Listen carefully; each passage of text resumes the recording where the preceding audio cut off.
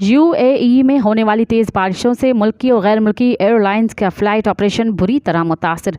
Runway पर पानी खड़ा होने की वजह से मुतअद्दिद परवाज़ें मनसूख कर दी गई। तफसीलात के मुताबिक दुबई एयरपोर्ट के रनवे पर कई फीट बारिश का पानी खड़ा होने की वजह से फ़्लाइट ऑपरेशन मुतासर हुआ। दुबई से लाहौर आने जाने वाली परवाज़ें शदीद मुतासर हो गई। सैकड़ों मुसाफिर फंस कर रह गए। ज़रा के मुताबिक लाहौर से दुबई जाने वाली PIA की परवाज़ें PK 203 मनसूख, जबकि दुबई से लाहौर आने वाली परवाज़ PK 204 भी मनसूख कर दी गई।